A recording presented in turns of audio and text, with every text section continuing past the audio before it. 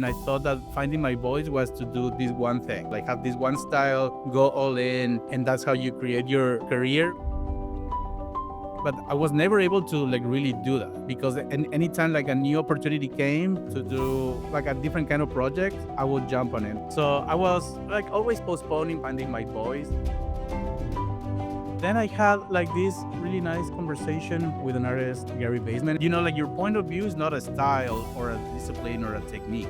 I think if you're doing your work like from your own point of view, bring your own experiences, your own sense of humor, it was gonna feel like you. And that kind of gave me like a different perspective, like just to bring it to where I am now. Hello, everyone, and thank you for joining me. Thank you, Ricardo, for joining me. I really appreciate it. Thanks for having me. Of course. Well, we're going to start today with a little game. Since you're here in Philly, I think that this is perfect.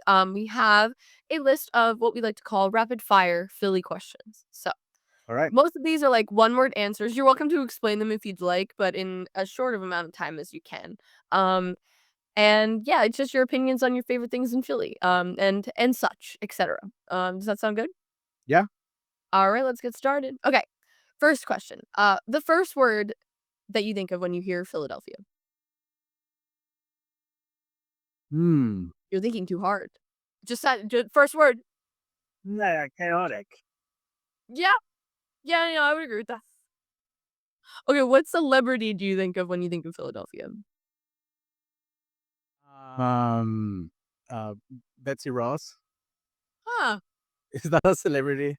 I mean, I guess it counts as a historical figure. That's in its own right, but that's a new one, so that's why I was surprised. Okay, cool. Okay. Favorite cheesesteak spot. I don't have one. I'm not really into cheesesteaks. That's blasphemous. I know, I know. Maybe I can get some recommendations after this, but yeah. I got you prepared. I have a long list of restaurants that me and my boss have created for Philadelphia to send Yes. So I think people like that are new to the city. yeah, as a disclaimer, like I moved to Philly in right like during COVID, and I already had like small kid, and then here we have a second child. So like my whole life is more like this like new parenthood kind of life. So like the like food exploration has been like very low in my priority list. So that's why That's fair. I mean, I really don't have a favorite spot. you should be feeding cheesesteaks to your children. That's important. They need to be trained from an early age. to cook them. Well, you had you're from New York, right? You had them. Don't they have like a chopped cheese? Is that what it's called? Like their version of a cheese? I have that. Interesting. I know it's like pretty popular, but I could just be completely. Now, what I like about New York was more the like international food. I agree. Especially being far from Ecuador and Latin America, being having access to like all that cuisine for me was like feel a little bit like not like super home, but like a little bit. Close enough to home Yeah, a bit. Yeah, that's exactly. I mean, Philly is great for that too. I hope you've been able to maybe minorly explore yeah, the amount of cuisines that we have to offer. That's why I love the city solely because it's like it's a it's a closer knit New York almost. That's what it feels like to me at least. yeah, You're from New York, so you might be a little biased. yeah. Well, I only lived there for 10 years, so I don't know. I'm not A that. long time. 10 years. Yeah, Saying it like it's nothing. but I moved on. You moved on to bigger and better, smaller and better things. Yeah. Philadelphia is smaller. Okay. Because you haven't had a lot of time to explore, this might not be a thing that you have, but this might be a thing. One small business that you frequent the most. It can be a restaurant. It can be Yeah, we live in Port Richmond. Mhm. So I do like I love this Mexican restaurant Nemi. We go there quite a bit.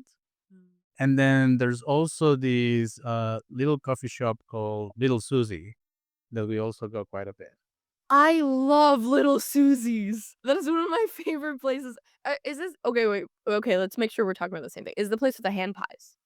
Yes. My favorite place on the earth, I take everyone there. So they don't have like an indoor place, like you just order from the Yeah. window, From the have to wait even if it's super cold or whatever, but you still do it because it's great. Yep, because the hand pies are so warm. That is my favorite place on the earth. I'm so happy that you brought that up. There's multiple locations, but that is still small business. They just have Yeah. spread out a little. Yeah, no, it's great. I love it. It's really awesome. Well, we're hitting it off. Okay. Favorite place for a drink or a meal? So, I found this place also in Port Richmond called the Corner Bar. That if you're looking for fancy, this is not it. It's more like just a neighborhood, very grounded. Dare I say, even a little greedy. Like just straight up like beer shots. That's it. I like that for that vibe, but also in East Kensington, I like Post Haste. Hmm. Uh, I think I've heard of in that. that, like if you go more into like this more cocktail kind of place, I think that's a that's a great spot. Yeah, I'm a big dive bar person, so the fancy cocktail bars are usually not for me either, so I understand the corner bar vibes. If you're ever in Fairmount, my favorite bar on the absolute earth is the Green Room. Um, it's on a corner on Green Street. I can't remember the address, but if you're ever in the area, that is the best shot and beer bar that you could ever go to. They're like the nicest people ever, and it is so cheap. And if you're staying there all night and you just sit at the bar and talk to the bartenders, they'll just drink with you. They're like, that's my favorite kind of bar. Is the bartenders are Yeah, it's super cool. So like at the Corner Bar last time I went, there were these two ladies that they were actually the bartenders of the other shift. So they kept just like hanging out there because it's like just so homey.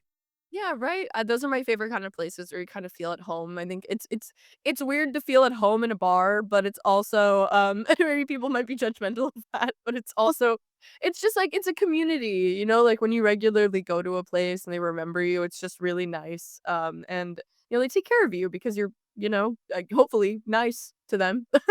So it's just it's a really great position to be in. That's why I really like Philly too, because I I don't know how it is in New York. I'm sure there are many small businesses where you can be a regular and they remember you, but I since it's so much busier, I think of like maybe I am completely off base, but I Philadelphia has that ability of like they'll remember you if you're a regular because there's not enough people that come into certain places to forget. Yeah, the feeling is different. I like it.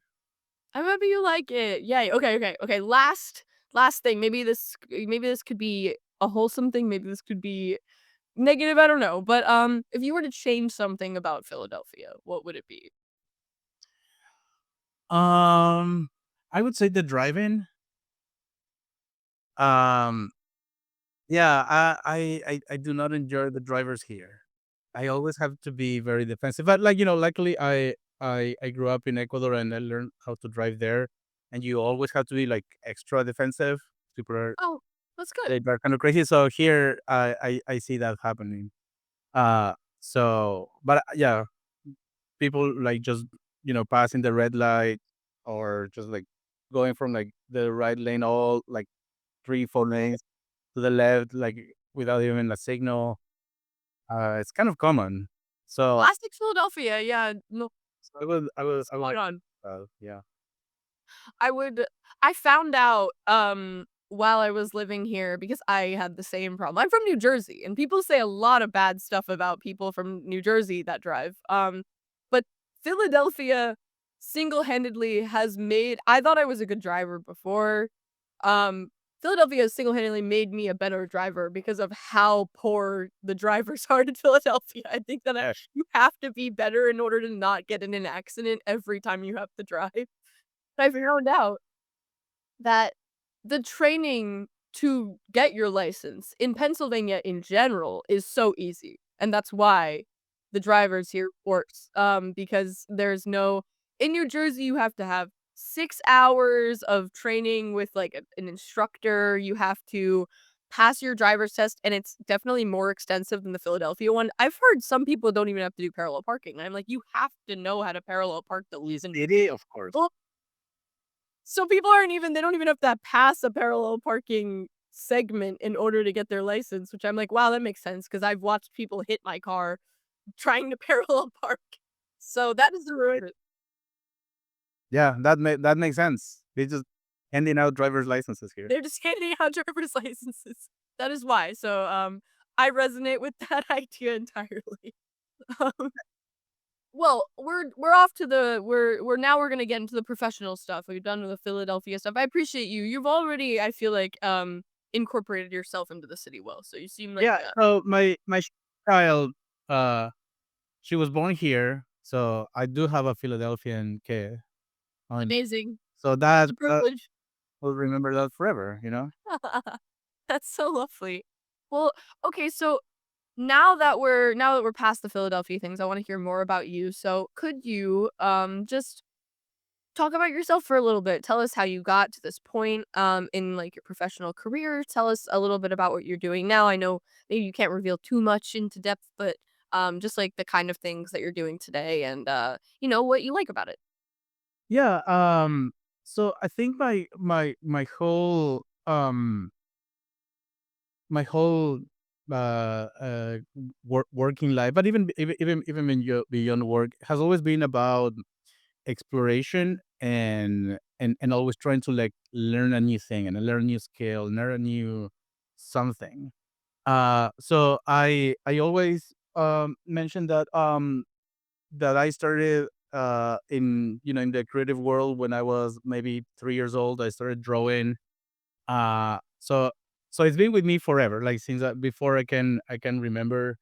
Um, and the thing, and then I think maybe the other factor that contributed in how I think is that I come from Ecuador, and like I started my life there, and I didn't move to the States until I was 28, so I was like a fully adult, you know, um, and so that whole uh time happened in Ecuador, and in Ecuador, it's a great place, and one of the things that actually for me was an advantage was that there's no like super dedicated or specialized industries. So when you start your career as a designer or as a creative, you kind of have to be knowledgeable in a number of things, because you don't know what might happen, like in the future. So I think maybe if I had lived in the States during my teenage years, I would have been right now maybe a comic book artist, because that's like I was like super into that. I always love to create characters, create scenarios, create stories. I also in Ecuador I won the first national comics contest, so that's you know uh like something so it was great, but it also shows that like the industry was not like that developed. Like if I won it, you know, like Good.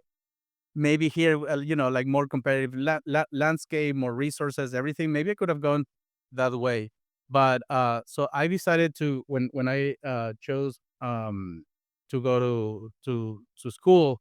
I didn't go for arts because I thought I could always explore that on my own. So I went for architecture and design, actually more architecture than design. But then, like while I was, um, during my first year, I kind of fell more in love with design, because I felt I had more freedom to execute what I wanted. I think like when you are creating like an architecture project, like there's so much involved, and I like that design can be like a huge endeavor with a big team, or it can also be like your own personal pursuit, and you can be like a team of one and still make things happen. So I like that flexibility, and again, because there's not like that many specialized industries or studios, I was doing like a little bit of everything. So I was doing branding, editorial, animation, illustration, packaging, whatever came my way, I would do. With some friends, I started a t-shirt company, so that was like kind of like more cool, but also at the same time, I was doing illustrations for a children's book, or infographics for a geologist. So it kind of went like all over the place. And the problem that I had was that my whole portfolio was kind of a mess. Like I didn't know how to put these things together because nothing looked like the next thing. So at that time, I was very concerned about trying to find my voice, and I thought that finding my voice was to do this one thing, like have this one style, go all in, and that's how you create your career. But I I was never able to like really do that because anytime like a new opportunity came, to do like a different kind of project, I would jump on it because I was like so excited to learn this new thing. And even just my illustrations, I could have like five of the five different styles. So not even that like kind of look the same. So I was like always postponing like finding my voice thing. And then one of the things that happened to me that was really really great is that I got a scholarship to study traditional arts in Japan.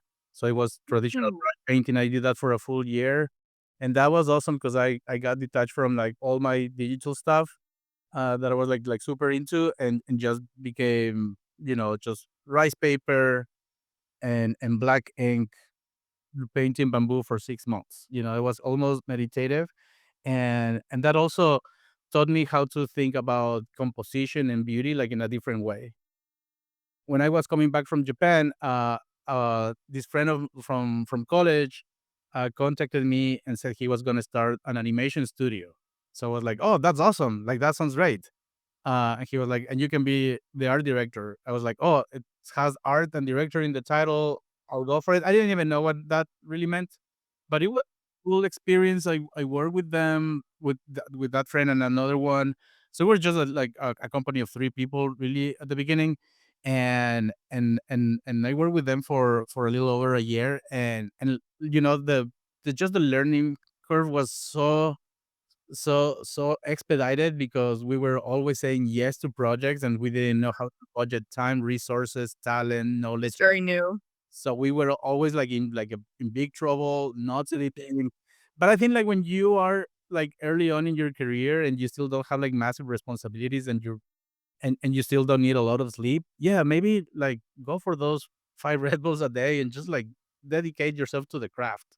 So I think that was so great, but still, like my own vision or my own voice was still not formed because now I had like added animation into this mix. And that's when I found advertising, and I was never like really into advertising, but I had this client, this creative director that thought I could be a good art director for advertising, and then I switched. But I had no idea of how to like more formally like I don't know understand the brief or talk about the strategy, brainstorm or working even with a copywriter. I'd never done that, so I had to like do all of that kind of on the go. I didn't have time to like rehearse. It was just go, and it went pretty well. And I guess maybe the one industry that is developed all around the world is advertising. So so then I thought, okay, so maybe advertising is my vehicle to go and explore other parts of the world. Because after Japan, I was like so into like different cultures, different points of view, like just different settings. So I really wanted to move to the States. Um, Also, going back to my childhood, I love the Ninja Turtles, I loved Spider-Man. I had to live in New York for those reasons. So it was like this. I know it sounds like a kind of unserious reason, but it really was. Like I had to do it. Uh, oh, so I moved to the States and yeah, like I've gone through like a little bit of a journey also in the States because I started in multicultural Hispanic market in Texas actually, and then I moved to New York to get my master's in design and technology from Parsons. But you get again, I think that was like another strange move because if I was already in advertising and like somewhat committed, like maybe the most logical thing would have been to just like stick to it and like really, like spend my career there, trying to go win some awards or something. But then I decided to go and do this, design and technology as that, like, uh, and then I learned like how to code, how to do physical computing. I did more animation, UX, UI, and all of these things that are really not used in straight up advertising. Mm. So again, it was like another bucket list that I had, to study at Parsons. So I was very happy about that, but I was not sure how exactly like everything would piece together. But having that experience also helped me move into global markets, and then I started, playing like in the big leagues, in agencies like McCann or Publicis. But I always had like as a side project something that advertising by itself was not giving me, like to develop an app or like doing my illustrations and art, like all of that has always like always needed to be like a side thing. And I think up to that point I was either single or I had my girlfriend who's now my wife, but I could really dedicate a lot of like my free time into the pursuit of those things. And also like the thing that I would always sacrifice, and this is not maybe advisable, but I would always sacrifice sleep, love doing stuff. So I would rather sleep 4 hours and then, like function that way than like stop doing my art, Mhm. Advertising is also like super demanding. So again, I was like trying to find like, so my portfolio was still like this kind of like jumbled up thing that had like so many disciplines. And I was like, yeah, like I've already gone through like this whole journey and I still haven't solved that question, right? Like finding your voice, finding your point of view. But then I had like this really really nice conversation with an artist, Gary Baseman. It was more about illustration, but I think I brought it up to like a bigger like to my whole career. And like your point of view is not a style or a discipline or a technique. I think if you're doing your work like from your own point of view, bring your own experiences, your own sense of humor, it was gonna feel like you. So it doesn't really matter how, like, if it's a video, a website, an illustration, an infographic, it's always gonna feel like me if I'm really invested and I'm honest in the process. If I'm copying trends, that will never happen. So that's what I learned, and that kind of gave me like a different perspective.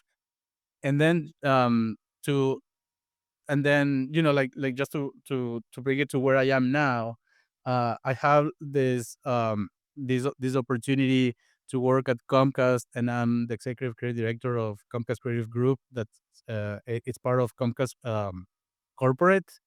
And I had the challenge of putting together the team. We started with only two designers and one motion designer, and then we expanded to not a giant team. I think we're now with me 17 creatives. But I love to put together, writers, art directors, designers, motion designers, editors, and everybody coming with different perspectives. And and and, and for the first time in my career, all this exploration that I've done since the beginning kind of made sense, because now Yeah. I'm doing advertising and social, but also design and branding, and we keep up the corporate website, and we do large scale events. So, you know arts, technology, design, advertising, all coming together, and I can speak those languages. I love that I work with people that are better at me at all those things, but I can be the bridge because I've done a little bit of all of that. And I think that put me in an interesting position where I can I can really be a part of it, and not feel like a fish out of water. Yeah, no, it makes perfect sense. It's really comprehensive that you've had all this experience and felt like maybe I'm not narrowing my field enough, but then now you're in a position where you're working with so many different people that are in different mediums that work with different things artistically, but you know about all these things and you've had experience with them. So it's also easier to probably navigate your team, like be able to talk to them about what they're doing, get them advice, or be able to help out where it's needed. Because you've had this extensive life experience in different art forms. Yeah, so that's kind of makes sense. So I wish I could tell you I did that by design, but I don't know. I feel very fortunate that Yeah. like I could find a place where I can actually do all of this. Yeah, no, I think that's amazing, and I think that there's not I like that you received some advice or turned it into advice from the illustrator because I think that I don't think there's a problem. I think maybe the US has kind of a expectation that you should, like, stick to one field and stay in that field, and but I don't think that's the right way for everyone. I know so many people that have been in completely different jobs their whole life, like, have switched around to so many different things just because staying in one place is boring to them, or it's just not something that, or it's not boring, but it's, they wanna consistently learn, and staying in one field and doing the same thing forever is not fulfilling for them. And I don't think that there's anything wrong with the path that you took, even though it's, like, against the grain, I guess, for, like, our culture specifically, I suppose. Because, like, the expectation is you stay in this one field for the rest of your life. You go to college for this, and then you go to grad school for this, and then you go and it's the same thing your whole life, and, you're working towards something. But I think that you could work towards something by gaining experience in a bunch of different places. Even if that's even if you work towards something that you realize is not what you ended up wanting, I mean, like, if you spent 20 years doing that exact thing and realize that you hate it, you have nothing else to go by. So I think that if anything, getting different experiences is really valuable. And it's like it isn't perfectly lined up with what you're doing today. So I mean, I think that it's perfect. Yeah, I think like you have to enjoy what you're doing, right? And I will never tell people like, hey, do what I did because like actually I don't even know how to put like that in a blueprint. Um, but also like if your jam is to like to stick with this one thing and become a master on this, then yeah, like by all means do it because that's gonna be fulfilling for you. Um, I and I think there's a lot of like transferable skills, and I also always have this motto of like don't suffer for free. Like the creative process is not easy. It's gonna be very uncomfortable, especially if you're pushing the envelope. If you're trying to do new things, you're trying to learn a new skill, or even if it's like the thing that you do, but you have like a different client and you have to create like like a different voice or something. Anything new is gonna cause discomfort. It's gonna be tough, and you know, not always. Also, almost never is the case that you work with the perfect budget, the perfect timing, with the perfect team, with the perfect production team, and everybody's loving your ideas or everything. There's always gonna be like some pushback, and there's gonna be like this growing pains period, right? I actually really like cherish the like it's kind of in hindsight, but like I cherish like these moments of great stress and like when I suffered the most because I learned so much, Mhm. so but so that's why like in my head is always, so there's something I need to learn from this. It might be like design or creative related and it's the skill that I need to get better at, but maybe there's something else, something more tangential. Maybe like what I need to learn here is how to better communicate my ideas, how to get people on board with what I'm doing. Maybe it's my turn to become a little more strategic or helping more with production or even just time management or stress management or trying to work a life balance. Like there's something to learn. So I would say don't just like suffer for suffering's sake. there's always something to learn. So I think like if you keep that open, even the worst experience you can turn into like the maybe one of the best. Yeah, I think that I truly believe that mistakes or, like, failures are more important than successes because obviously successes feel really great, and everyone wants to consistently succeed or do well and do everything perfectly, but you learn the most from when you fail or when you're having a difficult time, and I think that those situations are much more valuable. Obviously, if you continue to fail doing, like, regularly, maybe you're just doing something wrong and you're not learning, but I think that you have the potential to be more successful when you take risks and even allow yourself to fail sometimes, just because, it's important to learn from those experiences, and if you're doing the same thing over and over again, you can't learn really from those experiences because, you're doing the same thing over and over again. You're not trying anything new. And I think that is a testament to your career path because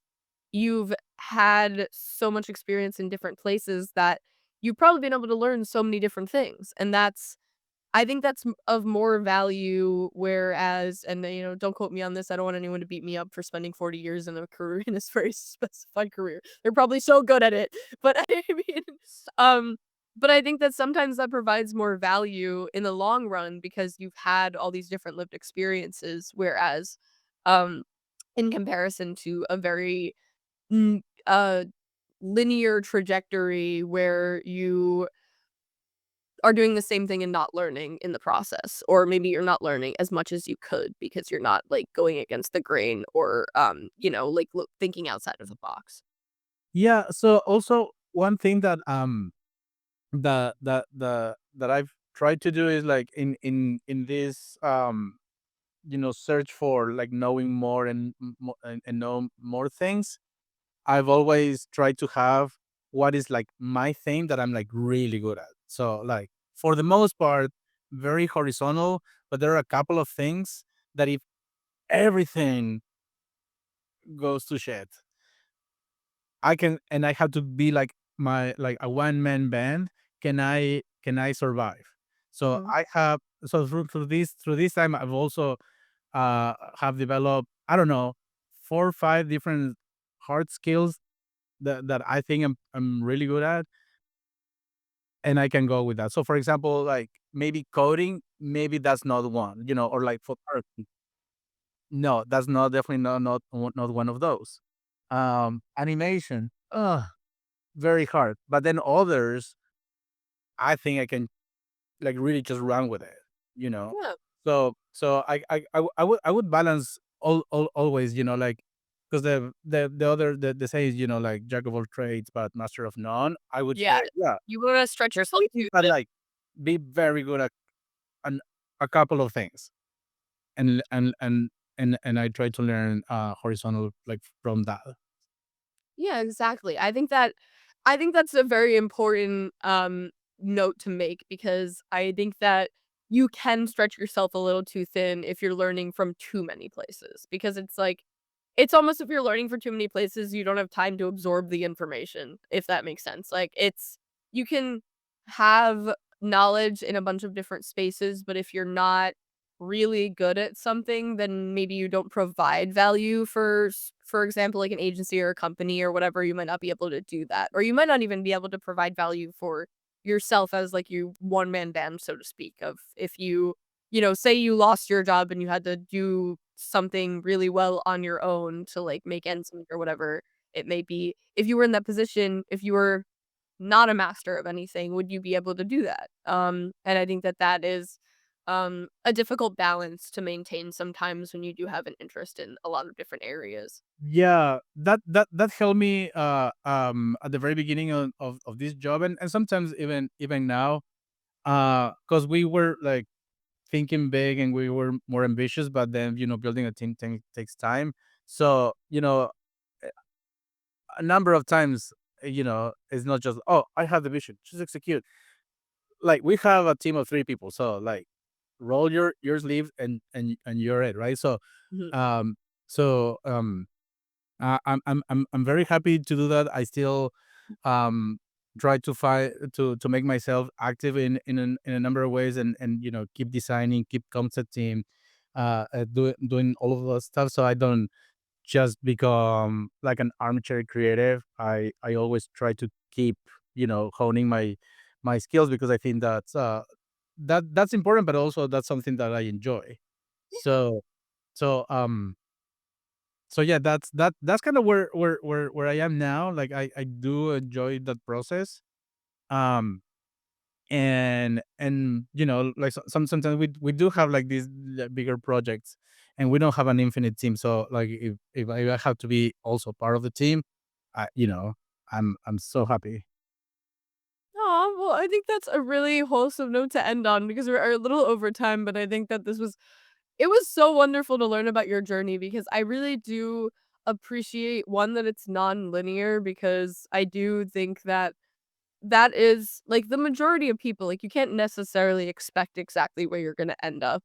Some people have very clear like visions in mind of what their future will look like and it's not even what they expect. And I just really love the transparency that you've provided only because I think that people are able to learn from that and resonate with it more than maybe like a more traditional path. So, thank you so much for sharing all of this. This was really lovely. Yeah. No, thanks for having me. I always like to share like what I've gone through, and I can like really talk about my mistakes, because I also think I can learn from all other people's experiences, and I enjoy, letting people know what I've gone through, and sometimes I can guide them in a way, like I know that I'm not gonna be like the perfect answer for everything, but like if I can just like give you like a different perspective, and like, I just love that. So I'm always open to talk to new creatives. And also like now I'm in this moment, um that I want to expand my network in Philly. I think, because I moved during COVID, and I was like so much into like this, parenthood thing. Now I think it's time for me to like go and expand and learn more, you know, n- you know, about the city and everything that it offers, but also the creative community. And I've been, meeting some people here and there, but I think I can do a better job. Yeah, no, I think it's really nice to be able to build your network, especially in like a new city. I think that it it might be I can probably connect you with some people too. And on LinkedIn and such, I've met a lot of creatives in the area and they're very lovely. I just love the city so much. So connecting people, I'd be happy to connect you with some people as well. So Oh, that is fantastic! Yeah. yeah, of course. And again, thank you so much. This was really fun, and I really appreciate you sharing your story. And thank you also everyone for listening. We'd be nothing without you. So thank you so much for also participating, watching, listening, whatever it may be. And have a lovely day, everyone that's watching as well. Bye. Thank you so much. Take care.